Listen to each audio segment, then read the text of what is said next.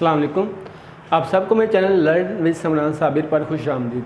हमने class 9 chapter number 1 शुरू किया हुआ है, फंडामेंटल ऑफ केमिस्ट्री।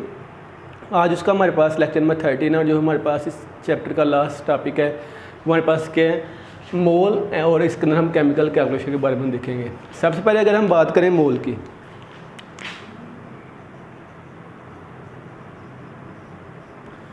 अगर मोल की डिफाइन देखें तो डिफाइन हमारे पास क्या है इसकी कि substance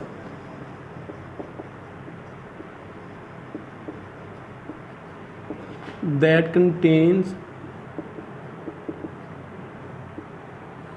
6.02 multiplied 10 raised power 23 number of particles कि ऐसा सब्सटेंस जिसके अंदर हमारे पास क्या हो, इतने हमारे पास नंबर ऑफ पार्टिकल्स हों। अब पार्टिकल्स हमने पिछले लेक्चर के अंदर भी बात की है, ये हमारे पास एटम्स भी हो सकते हैं, एलिमेंट्स भी, मॉलिक्यूल्स भी हो सकते हैं ये, या फार्मूला यूनिट्स भी हो सकते हैं ये पार्टिकल्स। कि कोई भी ऐसा सब्सटेंस जिसके अंदर 6.02 मल्टीप्लाई 10 रेज़ पावर 23 पार्टिकल्स पाए जाएँ, उसको हम क्या कहते हैं, ये हमारे पास किसके बराबर है, मोल के। अब मुझे बताएं कि ये हमने पिछले लेक्चर के अंदर पढ़ा कि ये अमाउंट किसके क्या होती है, ये हमारे पास एवोगैड्रोस नंबर को शो करती है।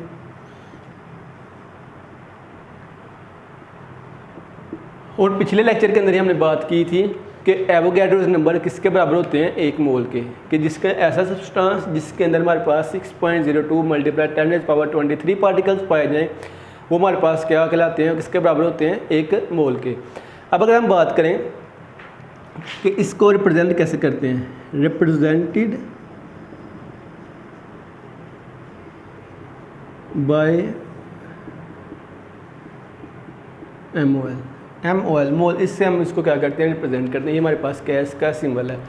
अब अगर हम बात करें कि हमारे पास एटम्स भी होते हैं, एलिमेंट्स भी होते हैं, मॉलिक्यूल्स भी होते हैं और फार्मूला यूनिट्स भी होते हैं, कंपाउंड्स भी होते हैं हमारे पास। ये सारी चीज़ें हमारे पास होती हैं। अब इन सब का हमारे पास क्या होता है, मास भी होता है। जैसे एटॉमिक मास भी होगा,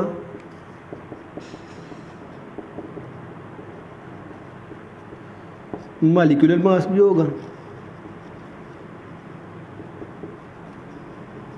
या इनका हमारे पास फार्मूला मास भी होते हैं। यही हमने पढ़ा हुआ पिछले लेक्चर्स के अंदर अपने। अब हमने क्या कहा था, इन सब को हम किसके अंदर एक्सप्रेस करते हैं, किसके अंदर हम इसको शो करते हैं, AMU के अंदर। अगर हम फ़र्ज़ करते हैं एटॉमिक मास की, कि अगर हमारे पास कार्बन है तो इसका एटॉमिक मास हमारे पास होता है 12, तो इसके साथ हम लिख देते थे AMU, 12 AMU कि हमारे पास का यूनिट हम इसके साथ क्या लिखते थे, एटॉमिक मास यूनिट।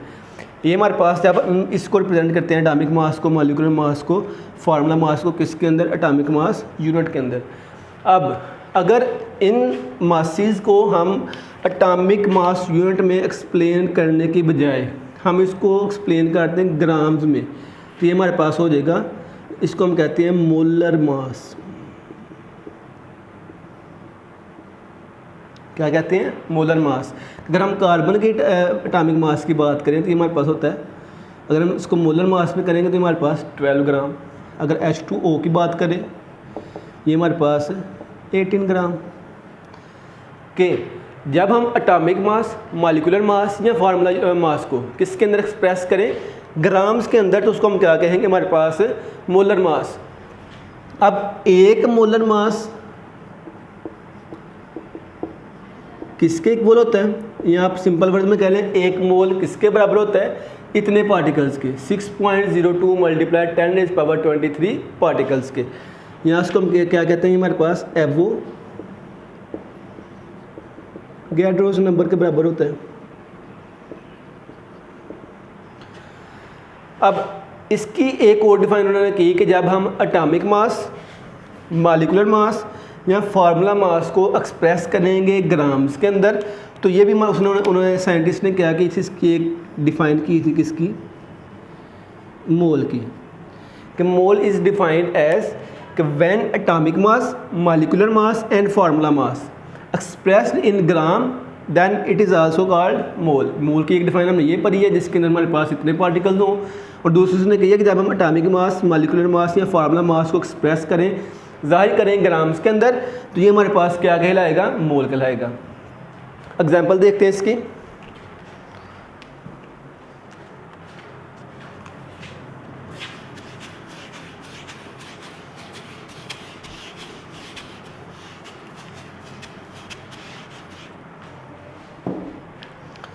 कि अगर हम बात करें molecular mass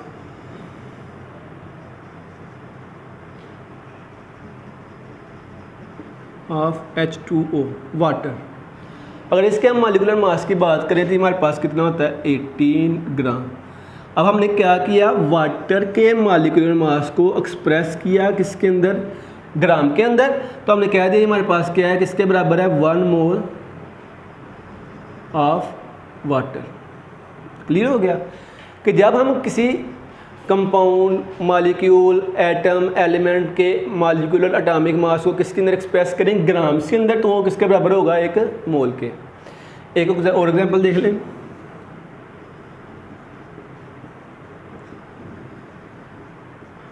atomic mass of carbon, ये कितना होता है, 12 ग्राम। अब हमने क्या किया, कार्बन के एटॉमिक मास को एक्सप्रेस किया ग्राम्स के अंदर, तो ये किसके बराबर होगा, 1 मोल ऑफ कार्बन। क्लियर होगा ये। आगे हम देखते हैं केमिकल कैलकुलेशन।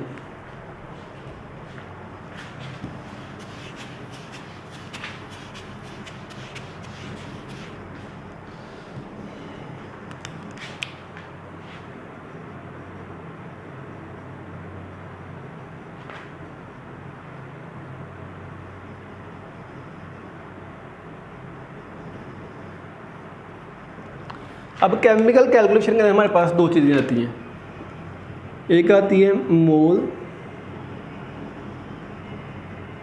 मास कैलकुलेशन और दूसरी आती है हमारे पास मोल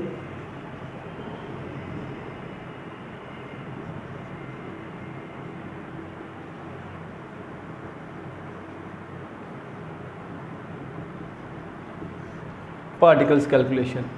अब बेसिकली हमारे पास मोल मास जिसके अंदर हम मोल की अमाउंट फाइंड करेंगे और साथ में हम किसकी मास किसी एलिमेंट का, किसी कंपाउंड का, मॉलिक्यूल का मास फाइंड कर सकते हैं।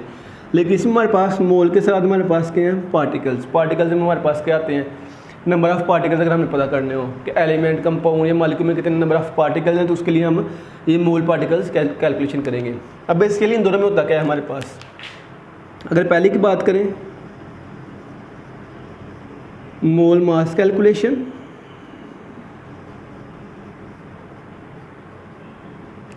अब बेसिकली इसके अंदर हमारे पास फार्मूला क्या होता है मोल्स को फाइंड करने का।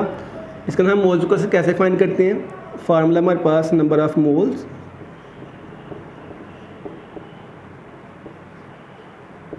Is equal to mass of substance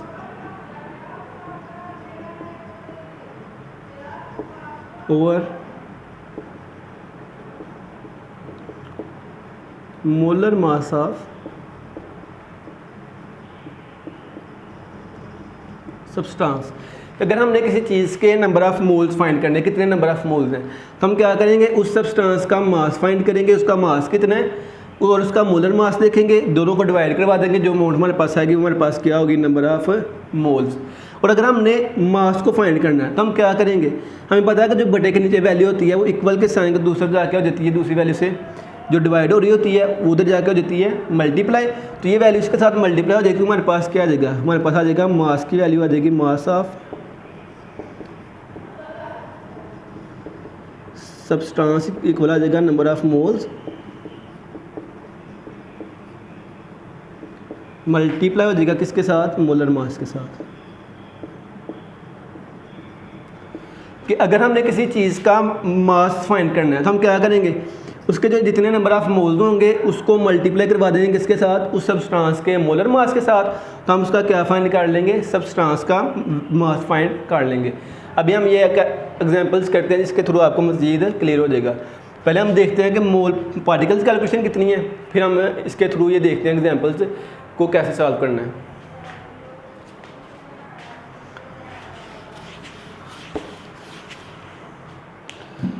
दूसरा हमारे पास है मोल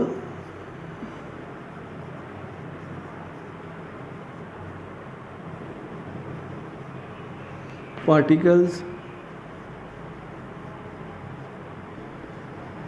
कैलकुलेशन। अब मोल्स पार्टिकल कैलकुलेशन हमारे पास क्या होता है, हमारे पास फार्मूला इसके अंदर होता है नंबर ऑफ मोल्स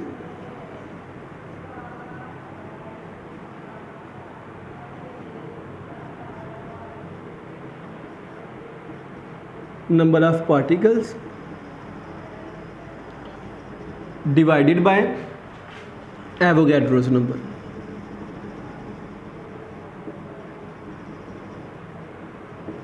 अब इसमें हमने क्या दो चीज़ें फाइंड कर सकते हैं। एवोगैड्रोस नंबर की अमाउंट का तो हमें पहले ही पता है कितनी होती है, 6.02 मल्टीप्लाई 10⁻23 होती है ये। अब अगर हमें मोल्स पता हो तो हम पार्टिकल्स की अमाउंट फाइंड कर सकते हैं। अगर पार्टिकल्स हमें पता हो कितने पार्टिकल्स हैं तो हम क्या कर सकते हैं, नंबर ऑफ़ मोल्स को फाइंड कर सकते हैं। ये भी हमारे पास एक मेथड है जिसके थ्रू हम नंबर ऑफ़ मोल्स को भी फाइंड कर सकते हैं और साथ में नंबर ऑफ़ पार्टिकल्स को भी।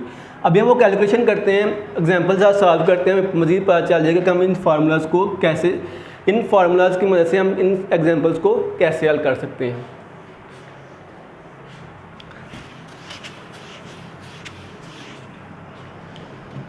अगर हम पहली एग्जांपल देखें वो क्या है, कैलकुलेट नंबर ऑफ़ मोल्स। हमने नंबर ऑफ़ मोल्स को क्या करना है, फाइंड करना है इन 40 ग्राम ऑफ H3PO4।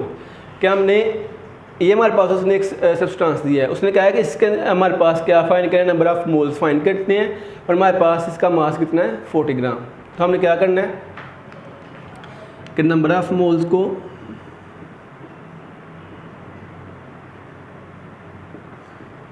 फाइंड करना है, मास हमारे पास कितना है, गिवन मास आप कर लें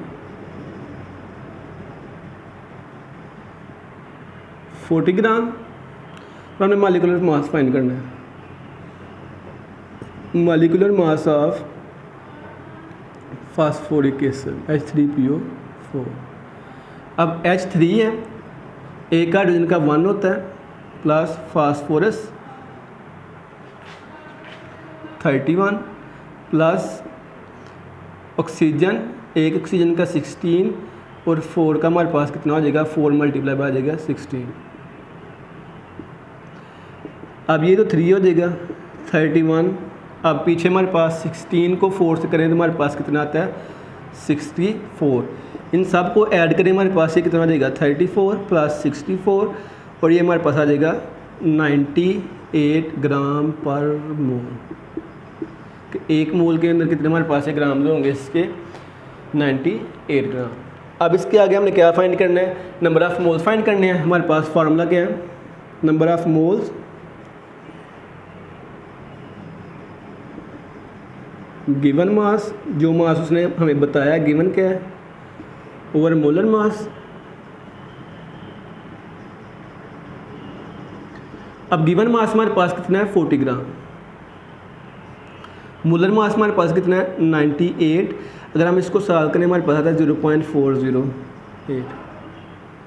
हमारे पास इस सब्सटेंस फास्फोरिक एसिड के 40 ग्राम में कितने नंबर ऑफ़ मोल्स हैं 0.408 मोल्स। ये हमारे पास किसका है, हमने नंबर ऑफ़ मोल्स फाइंड कर लिए। अगर हमारे पास क्या होता, अगर हमें नंबर ऑफ़ मोल्स का पता होता, हम क्या करते हैं मोलर मास को इसके साथ मल्टीप्लाई करते हैं तो हमने क्या फाइंड कर लेते उसका मास। लेकिन इससे एग्जाम्पल के उसने क्या कहा है, आपने नंबर ऑफ़ मोल्स को फाइंड करना है, 40 ग्राम मास है फास्फोरिक एसिड का H3PO4 का, तो हमने ये नंबर ऑफ़ मोल्स क्या किए फाइंड कर लिए। अब दूसरी एग्जांपल देखते हैं।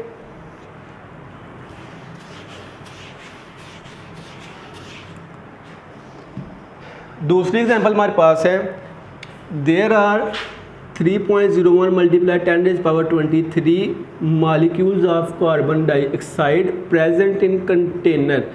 कि हमारे पास एक कंटेनर है, उसके अंदर हमारे पास कार्बन डाइऑक्साइड के मॉलिक्यूल्स प्रेजेंट है, कितने 3.01 multiply 10⁻23। Calculate number of moles, आपने नंबर ऑफ मोल्स भी फाइंड करने हैं और साथ में मास भी फाइंड करना है। हम पहले लिख लेते हैं हमारे पास क्या क्या चीज़ें मौजूद हैं। हम पहले लिखते हैं नंबर ऑफ मॉलिक्यूल्स।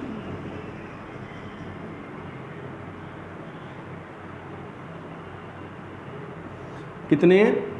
3.01 मल्टीप्लाई 10⁻23। आगे फाइंड हमने करना है, पहले एटॉमिक इसका मॉलिक्यूलर मास ही फाइंड कर लेते हैं।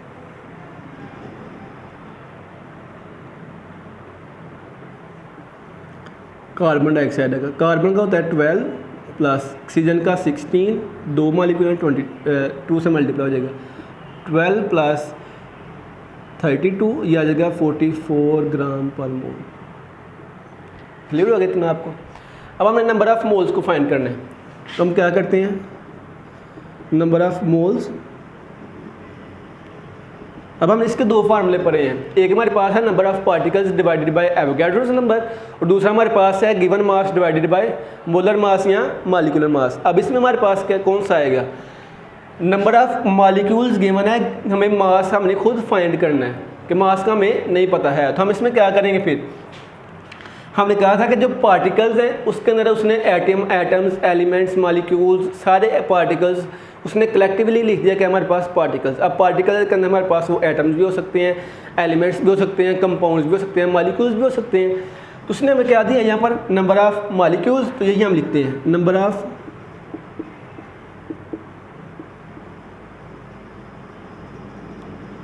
Molecules divided by Avogadro's number. वो हमारे पास कितने होते हैं? 6.02 मल्टीप्लाई 10⁻23। ये हमारे पास क्या है? एवोगैड्रोस नंबर है। नंबर ऑफ मॉलिक्यूल्स हमारे पास कितने हैं? 3.01 मल्टीप्लाई 10⁻23 डिवाइडेड बाय 6.02 मल्टीप्लाई 10⁻23। अब हमारे पास बटे के ऊपर नीचे जो सेम वैल्यू होती है आपस में क्या हो जाएगी? कैंसिल। पीछे हमारे पास 3.02 रहेगा और 6.02। इसको हम अगर हम सॉल्व करें तो ये हमारे पास आता है 0.5, इतने नंबर ऑफ मोल्स प्रेजेंट है। अब हमने फाइंड करना है मास, तो मास का हमने फार्मूला पढ़ा था पीछे कि मास अगर हमने फाइंड करना हो, मास ऑफ सब्सटेंस या मॉलिक्यूल, ये बराबर होता है नंबर ऑफ मोल्स के मल्टीप्लाई बाय मोलर मास या molecular mass. Number of moles हमारे पास कितने हैं? 0.5। मोलर मास या मॉलिक्यूलर मास हमारे पास कितना आता है? 44। तो इसको हम सॉल्व करें तो ये हमारे पास आता है 22 ग्राम। इस तरह हम क्या कर सकते हैं? किसी भी कंपाउंड के अंदर, मॉलिक्यूल के अंदर नंबर ऑफ मोल्स को फाइंड कर सकते हैं, नंबर ऑफ मॉलिक्यूल्स या पार्टिकल्स को, और किसी चीज़ का सब्सटेंस का मास भी फाइंड कर सकते हैं। बस आज के लेक्चर में हमारे पास इतना ही था। इंशाल्लाह नेक्स्ट लेक्चर के अंदर हम चैप्टर नंबर 2 स्टार्ट करेंगे। अल्लाह हाफिज़।